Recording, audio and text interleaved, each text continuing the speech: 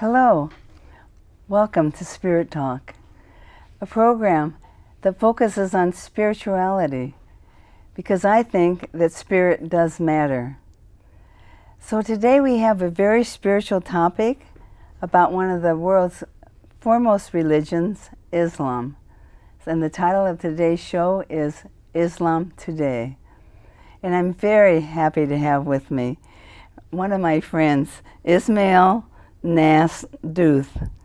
Welcome, an American Muslim. Thank you. I'm very happy to be with you here. And we know each other because we are both speakers on an interfaith speakers bureau here in Silicon Valley. So, Ismael, first of all, tell me about yourself, where you were born, where you grew up, what brought you to California. I was born in the city of Damascus, Syria. A beautiful city, very old city. It's the oldest city that has been continuously inhabited, about 7,000 years or so. Once I finished my computer science degree, after I finished my computer science degree, my father, bless him, recommended that I come here to get a master's degree, which I did. And I ended up staying here. I liked it, and I went back, married, and came back and have 4 kids, and I have a consulting business, and I live in Sunnyvale. Great, but I know you had a fascinating upbringing because your mother was Christian and your father is Muslim. Yes. What was that like? It was actually very interesting because growing up in a multi-faith environment exposes you to other religions. In this case, it exposed me to Christianity, and it was a great experience. My parents now live in Spain. Growing up, the values that both my father and mother taught me were the same, similar values, and they got along very well. And they after so many years they moved to Spain, and they get there. Along, and of course, yeah. And you learned a lot about both religions, right? I learned a lot about both religions, and I have relatives that are Muslim and relatives that are Christian. So great. So now, first of all, tell me about the history of Islam, like specifically in the United States. Like, when did Muslims come to the United States? Islam came fairly early to the United States. It came during the slave trade. In some areas of the United States, maybe 10% of the slaves were Muslims. Mm-hmm. Obviously, over time, most of them lost their faith, of all of them. But that was the beginning. And then later, starting probably 1875, waves of migrants from time to time would come to the United States for various reasons, and they'll stay here. And it's interesting that you asked me about the history of Islam in the United States. I would like to actually show a clip from the Library of Congress. Oh, okay. So we have that clip.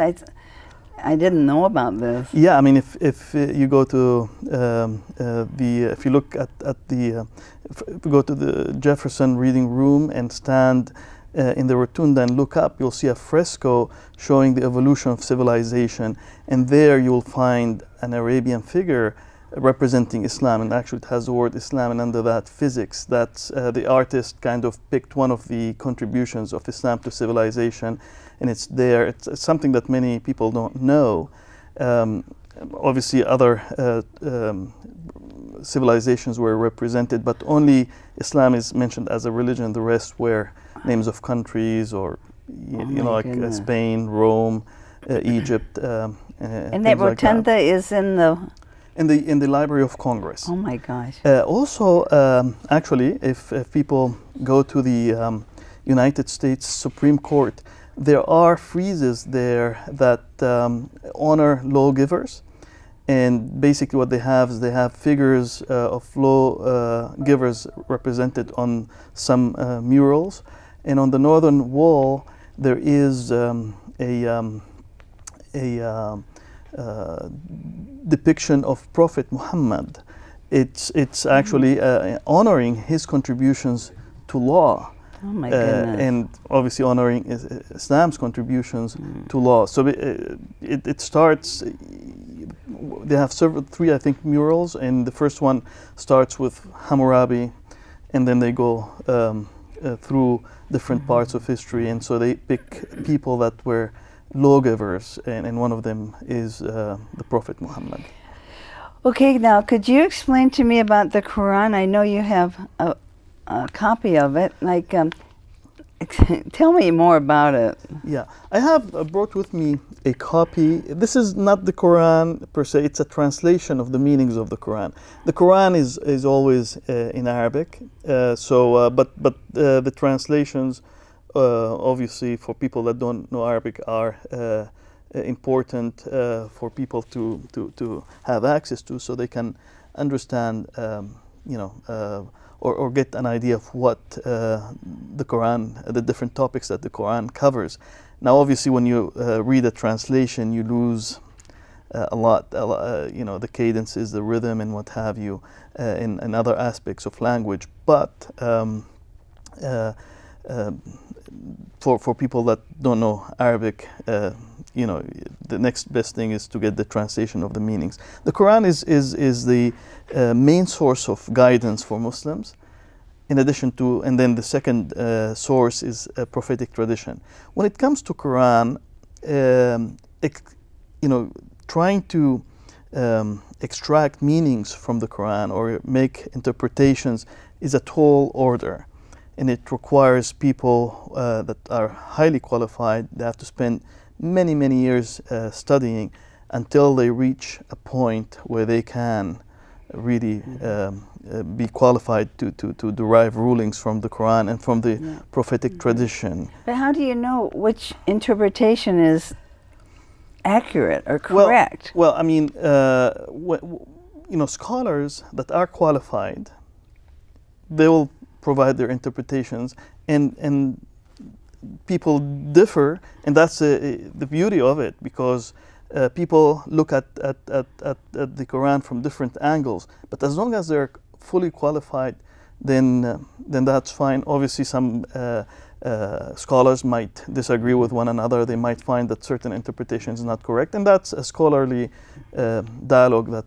Do they need to know Arabic to get it yes. right? Yeah, I mean, there are so many sciences that need to be mastered before one can delve into the Quran, including mastering, I forgot now, maybe 16 sciences that relate to the Arabic language only, not to mention other sciences. Because, again, trying to understand language, the subtleties of it, what it really means, is something really not easy. And a lot of people, unfortunately, when they go without the right tools, they end up going astray and leading others astray. I think I have a clip, that can will help really... What happens when people read the wrong Or interpretation? take the infamous verse about killing the unbelievers. Yes, it does say that, but in a very specific context. The anticipated conquest of the sanctuary city of Mecca, where fighting was usually forbidden. And the permission comes hedged about with qualifiers. Not you must kill unbelievers in Mecca, but you are allowed to, but only after a grace period is over, and only if there's no other pact in place, and only if they try to stop you getting to the Kaaba, and only if they attack you first. And even then, God is merciful, forgiveness is supreme, and so, essentially, better if you don't. So, this is an example as to the importance of understanding the Quran and the proper context. Yeah. Because otherwise people pick and choose, and sometimes people actually twist the meanings. I'd like to give an example, if I may. Actually, I read about it today. I read an article by a Muslim scholar, kind of alarmed at the use of foul language by people that claim to be devout Muslims, and justifying it, you know, like cursing and saying really foul things because they are in power, they lost power, and they're not happy. And some people are just, you know, resorting to this type of language, even though the Quran and the prophetic tradition never justifies this. But they point to a verse in the Quran and they say, yes, look, it says here that one can say things that would not say harsh speech. You can mention certain things harshly if they're wronged. But this is not what the verse means. It doesn't mean to go and say foul things. Muslims should not say foul things at all. What it's saying is that, let's say someone is traveling and was not offered hospitality, which used to be the norm. Then one can say, oh, these people did not offer hospitality, if the person wants. But beyond that, cannot go insulting them or, you know. So people, unfortunately, for ulterior motives, twist things. You know, they want to you know, justify their actions, no matter what, even if it's not justifiable. You talk about the crisis of knowledge in Islam. Yes. Can you explain that? And that's exactly that's a good example that I mentioned, is that unfortunately, because there is a crisis of knowledge in the Muslim world, there's a huge shortage of well-qualified scholars who have studied according to the tradition, where they get from teachers who got their knowledge from other teachers and so on, up back to the Prophet. There are a lot of people who are not qualified, especially in the age of the internet, that take to the internet and establish a YouTube account, and then suddenly a person who read a couple of books becomes a scholar. Obviously, people that don't know, you know, non-Muslims who tune in, they might think this guy is a scholar when that person is not. And so that's a problem, and Muslims are trying to do something about it.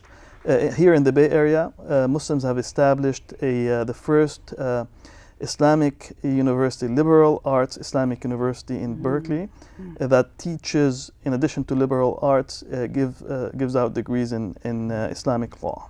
Another thing about that people don't realize about Islam is their contributions as far as art. Now you have another clip about that, don't you? Let's play this next clip. The next clip about... Rather like a typical Islamic work of art, the real story of Islam is sparkling, fascinating, complicated and gorgeous. And the best way to tell it is not with scary interviews and politics. That's just news. The winds of time will blow all that away. The truest evidence that any civilization ever leaves behind about itself is its art. Art never lies. Yeah, so that's a beautiful clip, because, you know, all civilizations have great things to offer, and if one can look at at these aspects, or can focus on other aspects, and just come up with a totally different view. So, coming up to a timely subject, how do you explain the violence that's going on in this moment and the world, like over in the Mideast? Yeah, it's a sad thing. There's a lot of there's some hotspots where there's a lot of chaos. There's civil strife, and a lot of it has to do with breakdown in law and order, injustice, and things like that. Wars, for example, the Afghan war actually is kind of a demarcation point, because out of that came, you know, some extremist came out from that war and started going to other places and trying to get things, you know, trying to use what they have learned to attack other governments and try to create their own version of Islam or Islamic State. So we're dealing with that right What now. about that word jihad. It's really, really misunderstood. It's for Muslims. It's a beautiful word because it means struggle. It doesn't mean war. It doesn't mean holy war. It means struggle. And struggle in Islam has different aspects. One of them is martial. So that's part of the religion of Islam. But this is only. It's like a scholar kind of made a comparison. It's like a branch of a tree. Sometimes it grows. Sometimes it doesn't. It's not needed. It's cut. While the real struggle in Islam, it's called the greatest jihad, is the spiritual struggle, is the struggle to purify one's spiritual heart from the spiritual diseases that afflicts it, like envy, anger, lust, greed, you name it. So that's the main occupation of every Muslim, is to try. Obviously, people are not perfect. Muslims are not perfect, but they have a tradition that allows them to try to address these issues that they have to become better people and achieve excellence in moral character. And this is the realm of what sometimes some people call it Sufism. But what are we going to do about the media? Like, they love to say that word jihad, and they have their own idea about it, or some of the anchors anyway, or some of the newspapers, or they're constantly saying these things about Islam that they have no idea. Well, this is why Muslims need to step up and fortunately and try to be the spokespeople for the religion, not let others dictate the discourse and spread misinformation. And sometimes Muslims get some help, as in the next clip, if we can play this clip. I knew the answer long before I arrived here and saw that. I had just spent months and months crisscrossing the Islamic world, and everywhere I'd been, I'd seen fascinating and beautiful things. Some of the most fascinating and beautiful things I had ever seen, made by fascinating, beautiful people who had never shown me anything but kindness, friendship, and hospitality. Not to have made this film would have been utterly dishonest. Basically, this gentleman who was making this documentary, just before finalizing the work on it, he received a call. There was a bombing in London, and he was thinking, is it appropriate? But again, he went and he met Muslims, and Muslims are not perfect. They have their own crazy people, extremists, like everybody else. And but he met Muslims, and he went around, and he had a very pleasant experience. And this is what I hope people, when they meet Muslims, and they'll find that Muslims are just like everybody else. They want to raise families and give the best opportunities to their kids, and just be a force of good in society. Yeah, I learned that because I spent months in the West Bank as a medical volunteer, and I lived in this hospital with 140 Muslims, and I was the only person who spoke English, and I would handle people who came. But I just learned how kind and gentle these people were. I enjoyed it so much. Yeah, I mean, so this is what we're trying to do as Muslims in the Muslim community in America. What other activities are the Muslims partaking in to reduce this prejudice and all this misunderstanding? For some, what they're doing is like what we do,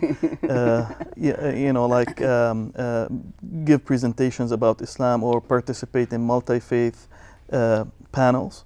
Other people write in newspapers or in magazines. Others, try to create documentaries and what have you. So Muslims are trying, and some, again, as I mentioned before, is by establishing this university. Now Muslims have an address, an intellectual address in the United States, and so hopefully more institutions like that will be established. So Muslim community is trying its best, although I must add, Muslims need to do a lot more because there's a lot of prejudice. But hopefully, one step at a time, we'll be able to get there, and with the help of people like yourself, who give us a platform, then hopefully we'll be able to kind of balance things out. That's good. Well, you're a great representative of them, and you're so articulate. Show us some of the this book that has a lot of beautiful art in it. Sure. Let me get you this book here. This is a book about the splendors of the Quran, and it really, let me open it. It's a heavy book. It's a book that has a lot of photography and shows examples from Quranic manuscripts. It's a beautiful book. Obviously, there's a lot here that can be shown. And by the way, this book actually was written by an American professor. His name, I'm sorry, no, but by Martin Lings, who is a British professor, and I think he died a few years ago. But there were other books written by American professors about Islam, about Islamic contributions to civilization. One such book actually talks about developments in mathematics and ties it to Muslims' attempt to determine the direction of Mecca. Because when the Muslims pray, they have to face in the direction of Mecca. It's easy when one is near Mecca, but what if one is thousands of miles away? And that led to many discoveries in the field of mathematics, spherical trigonometry, and what have you. So an entire book similar in size to this one was also written. There's a lot written about Islamic civilization. The calligraphy that they, oh my gosh. Yeah. So now, do you do the prayers all day? Yes. Do you do 5 prayers 5 times a day. These are like 5 spiritual breaks per day. Starts at dawn, between dawn and sunrise, and then between noon and mid-afternoon. Then there's between mid-afternoon and sunset, and then the night prayer. So there are 5 prayers that, you know. So now, have you felt pretty well accepted and here in Silicon Valley? Yeah, just one of. No, I've never felt anything but just like being at home. Good. Okay, so now it's your time to look into the camera and tell the people watching what you want to leave with them. What is the message that you'd like to leave? Well, basically, if I will say something to people, is that there's a lot of prejudice about the religion of Islam, but this can be tackled if people just went to Muslims if they had questions or concerns. So just come to us, ask us. We'll try to answer you as best as we can. And Muslims are good with food, so if they're in a good mood, they'll invite you for lunch or dinner, and you know, try to address any issues that people have. That's great. There's a woman in my neighborhood in Palo Alto, a Muslim woman, and she opens her house to whoever wants to come in, and we all kinds of people come in the neighborhood, and of course the food is fabulous. Yeah. You probably know her, Samina. Yeah. She's really a good spokesman for you. Yeah. So when we, of course, I've been on the Speakers Bureau for like 7 or 8 years, and I've learned so much about Islam. And just tell us some of the similar values that the other major religions share. Some people don't understand that we have so much in common. Just there's kind of like different words for it. Yeah, one of the things that are common but among all religions is the golden rule, is to treat people the way you like to be treated. And this is an Islamic tradition, Islamic value, is to always want good for others, and not want harm for others. And a lot of the things like honor your relatives and your relatives, parents, especially parents. Parents have a very special status in the religion of Islam, and especially the mother, more so. Muslims, you know, have to take care of their parents. When they grow older, they cannot leave them in some nursing home or any other place. They have to take care of them all the way. And another value that's shared with other religions is taking care of the neighbor. The Prophet Muhammad, peace be upon him, said that he was receiving so much, the archangel Gabriel was telling him so much about taking care of the neighbor that he at one point thought that the neighbor is going to inherit from his neighbor or her neighbor. Oh my goodness. So Muslims take that very seriously. Well, the same thing is, you know, I know, and tell me if I'm wrong, but you know, you believe in charity, modesty, yes, yeah, kindness. Charity is kindness. Charity is a cornerstone of the religion of Islam. People are encouraged to spend out in charity, even if they spend all of their wealth. But obviously, what Muslims say when they give advice in this regard, if one doesn't have strong faith, then they should just give little that they can handle. But charity, and charity is not just money or food. Smiling in other people's face is an act of charity. Removing harm from the pathway is an act of charity. Feeding the poor, you name it. It's similar to what other. That's been the best thing about this Speakers Bureau is, you know, we see that we're all trying to take care of our families, be better persons, and treat the earth nice. Environmentally? Yeah, I mean, actually, I think Al Gore came up with the environmental jihad thing. Okay, good. All right, sorry, we're running out of time. Yeah. I could speak to you for many more minutes, but thank you. Thank you so Ismael. much. Nice to I really appreciate it. Yeah. You've clarified so many things about the religion of Islam. Thank you for joining for another talk about spirit. My name's Jean.